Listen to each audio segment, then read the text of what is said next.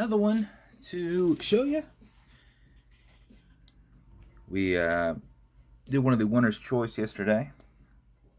The winner, Mr. Whitmire, with his plethora of builds already, went with the Piranha, the green background Piranha build.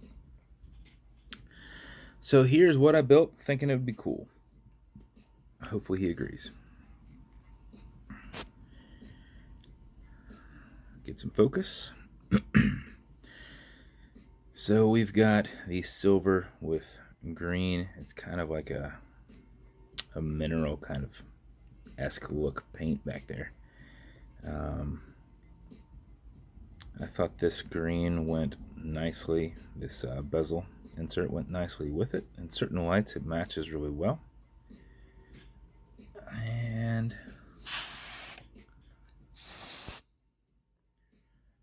so I went with that. I thought silver hands would look like they tied into the Piranha a little too much. So I went with white hands, which kind of go well with these loom around here, which are more of a white than a silver, as shown by the silver right beside them. So got some painted seconds hand. We did a white one with like a brighter neon-y green marker in there. So I went with one of these tooth bezels. These things are like a bear to get off. And they have I was able to get it on there pretty tight. So you shouldn't have any issue, Scott, accidentally moving it. I wrapped the shit out of that with dental floss before I snapped it on there. And it's on there like freaking tight. So while I'm referencing that, Scott has all kinds of builds, so he already knows. He'll watch the video just to like see his watch, but he knows how the watch works. But for those of you who don't know, bezels will go left to right. There's no clicking. It's just a tension ring, and for me to like really cinch up tension, sometimes certain tension rings that you buy and you snap in, it depends on the spec of the bezel. If it's a tighter spec and you use a tension ring that has a lot of space sections that aren't tucked in to that bezel, into that recessed line in there, where they make a lot more contact, that's going to make it not turn very much. But if the bezel is cut where it's so close, you can't even get those things on because the tension ring alone is keeping it from going on. So some of them are made way too big, and you got to really put a lot of hard bends in the tension ring so that there's a lot of sections of it that when you look down you can see that octagon in there, like where some of them you're really putting them back in there to where only a little bit's sticking out because that's all that's needed to keep it tight. So for this bezel is actually cut out a little bit too big. So a regular one you put on there, you can almost sit there and spin it like a wheel.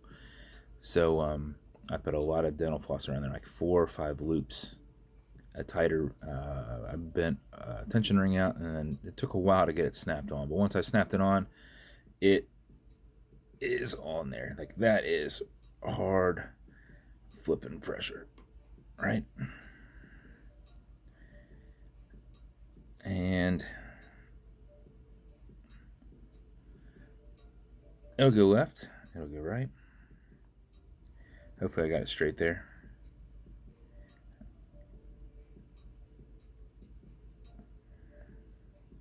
Usually I do it based on that, and then I look over here and make sure that's straight, which camera angle aside, that's straight. Sorry, I can't do it looking through this little camera. That's actually straight. So just a little background on that. So we did an anchor engraved crown on there. We did a brushed case.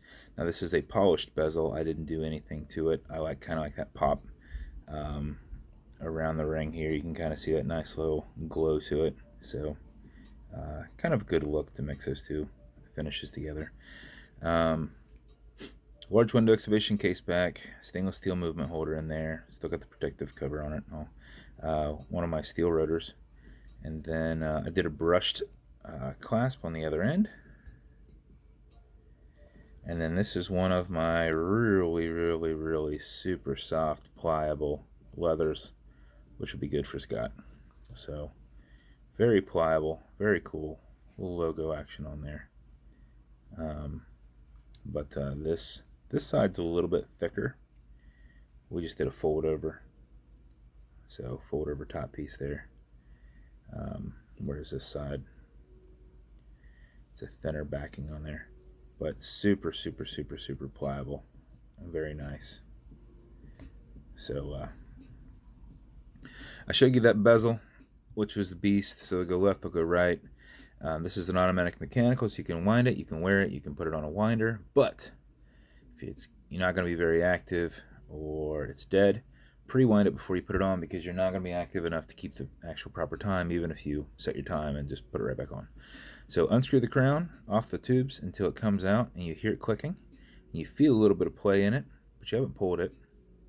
You just know you're not on the threads. At that point, you can wind it. This direction is a wind. This direction is nothing, but it's a lot easier to maintain the spacing, go back and forth and not start rethreading your crown or pulling it out. And it doesn't hurt to go back and forth. So if you do this for about 4 seconds before you put it on, this aggressive winding, you will be active enough through the day to keep it going. That's a lot of wind. If you do it for something closer to 15 seconds, you're going to max out your 31-hour power reserve, but you can wind it all day, so it will not hurt it. Which is what I do to make sure they're running the next day. Okay, Google, what time is it? It's 1:19 p.m. 1:19 p.m. See, I built it yesterday, still keeping the right time. So I know that the hands are set properly. I don't need to do any little tiny regulations in there. You know, you can regulate it with this little lever right there. They come stock pretty well. But just in case I bump it when I'm messing with it, I at least like to look. And if it's a minute fast in 12 hours, you know, or 14 hours, and I know I need to bump it back a little bit. But it said 119, it's 119. So you can see how much I'm winding it. It's not going to hurt anything. I can sit here and wind this the whole video. It won't hurt anything. But you're not going to get any more than your 31 hours of power. Okay, if you pull it to the one end only click, you can now set your time. Now, I pull on it as I'm doing it, because if you let it fall back in, now you won't do anything. It's not clicking. You can't start winding it again. You got to re-engage the clutch. But you can see I'm turning it, right? And it's not doing anything. It's not clicking. It's not winding. And it's not setting. So keep some tension on it. Pull. Now set your time. Okay. Now you've got a wobble crown. That's deflecting lateral pressure on the stem, not transferring into the movement. So you've got that going for you. But if you just pull it straight and you set your time, you're fine. Okay, Google, what time is it? 1:20 p.m. So it also makes it nice and easy to thread it back on, as you just push it right back over and thread it down. Voila. So that is the build. Hopefully he loves it. Every build comes with matching beads. It's got some matching beads in there for him. This one comes in a special edition Piranha box. Now it's facing the other direction. My initial one was facing that way. Then I did some variations, you know, obviously facing the other direction. Easiest variation possible. Every build comes with watch cleaner. This is good on all glass and metal parts, so everything here in the center, in case it gets dirty or whatever. Leather conditioner to keep that leather strap perfectly soft. If it ever gets a little rough, just apply a little bit on there, let it soak in, remove any excess, and it will go back to being soft, and you barely need to use any of that, I promise you. It's not something that you're going to use that often. And then lastly, some fine scratch remover. This is Novus 2 from Amazon repackaged, essentially like polywatch.